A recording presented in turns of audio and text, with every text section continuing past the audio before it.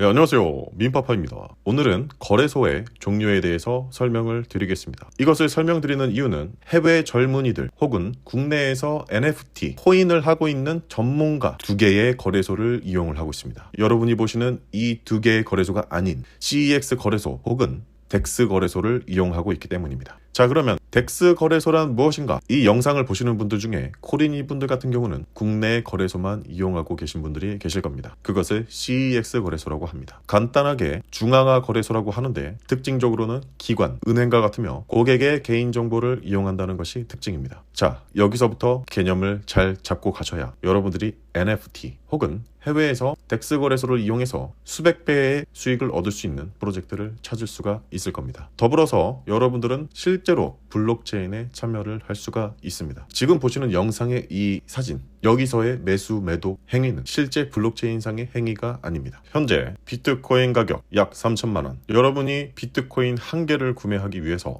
3천만 원이라는 돈을 중앙화된 거래소에 입금을 하셔야 됩니다. 이 중앙화된 거래소에 입금을 하시면 여러분은 한 개의 비트코인을 매수를 할 수가 있습니다. 여기서 여러분은 실제 비트코인을 갖고 계신 걸까요? 그렇지가 않습니다. 왜냐하면 여러분의 실제 지갑에는 비트코인 한 개가 들어있지 않기 때문입니다. 블록체인이라는 것은 여러분의 지갑이 있어야 되고 그 지갑에 실제 코인이 있어야 되기 때문입니다. 자, 그러면 여러분이 갖고 계신 한 개의 비트코인은 무엇인가? 그것은 이 중앙화 거래소가 증명을 해주는 여러분은 한 개의 비트코인의 가치를 갖고 있다라고 보증을 해주는 것입니다. 이것은 회사 장부가 가리키고 있습니다. 예를 들어서 이것은 은행과 좀 비슷한데 여러분이 실제로 3천만 원을 가지고 비트코인을 한 개를 매수를 하셨다면 회사에서는 여러분의 개인정보에서 3천만 원이라는 원화를 없애고 비트코인 한 개가 있다는 것을 플러스를 시킬 것입니다. 자, 이 개념에 대해서 설명이 무척 어렵기 때문에 더 나아가서 깊숙하게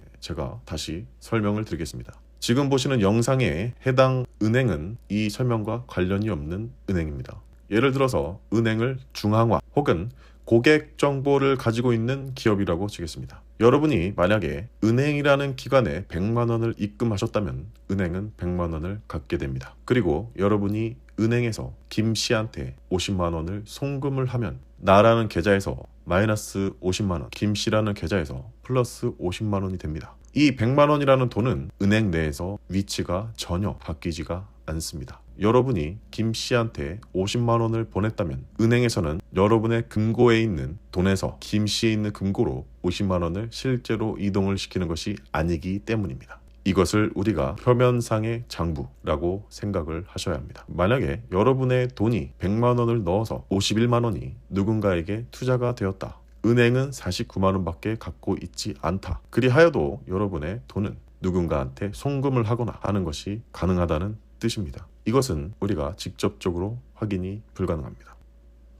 여기 탈중앙화에 대해서 설명을 드리도록 하겠습니다. 간단하게 설명을 드려서 고객 정보를 요구하지 않는 AI 시스템이다 라고 보시면 될 것 같습니다. 왜냐하면 이 블록체인 장부들은 모두 자동으로 실제로 움직이고 있습니다. 여러분들이 두 눈으로 확인하는 것이 가능하며 이것을 조작하거나 수정하거나 하는 것이 절대로 불가능합니다. 방금 보셨던 기관이 표면적으로 누가 누군가한테 50만 원을 줬다라는 것을 보여줬다면 블록체인은 실제로 누군가한테 50만 원을 줬다라는 행위를 내부에서도 진행을 합니다. 실제로 은행 안에 누군가의 금고에서 김 씨의 금고로 50만 원을 이동을 시킨 것이죠. 그것을 코딩이 증명을 해주고 있습니다. 실제로 여러분이 누군가한테 코인을 보낸다면 시간, 날짜, 그리고 누구한테 얼마를 보냈는지 전부 다 나오게 됩니다. 여기서 우리가 알고 가야 될 것이 덱스 거래소입니다. 덱스 거래소는 탈중앙화 거래소,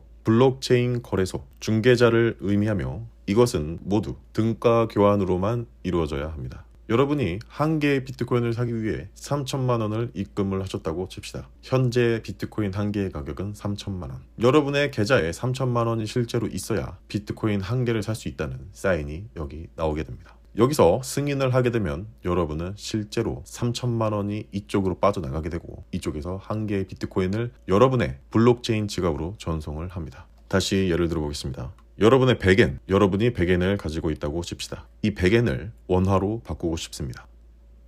원화, 체크. 그랬더니 966원이 위에 찍히게 될 겁니다. 백엔이 966원이라는 것을 여러분들이 확인을 하고 승인을 누르게 됩니다. 이것은 여러분의 사인입니다. 승인을 클릭하게 되면 여러분의 백엔이 실제로 이 거래소로 빠져나가게 되고 이 거래소에서 여러분들 지갑에 966원이라는 돈을 입금을 해줄 겁니다. 이 과정은 누군가 해주는 것이 아닌 자동으로 이루어진다고 생각을 하시면 됩니다. 966원이 90원으로 바뀌거나 조작되거나 하는 일은 절대 불가능합니다. 제가 처음 영상에서 설명드렸듯이 시바이누, 베이비도지 이것들은 덱스 거래소에서 시작이 되었습니다. 또한 여러분들이 사용하고 계시는 중앙화 거래소에서 상장되어 있는 대다수의 코인들이 실제로 처음에 덱스 거래소에 먼저 상장이 됩니다. 장점에 대해서 설명을 드리면 누구나 개인정보 없이 이용이 가능하다는 것입니다. 이 뜻은 내가 한국인인지 미국인인지 아무도 나를 알 수가 없다라는 뜻입니다. 개인정보 없이 이용이 가능하다는 것은 내 이름, 핸드폰 번호, 주민등록번호 아무런 정보가 필요 없으며 인터넷이 가능한 사람은 모두 계좌 정보를 받을 수가 있습니다.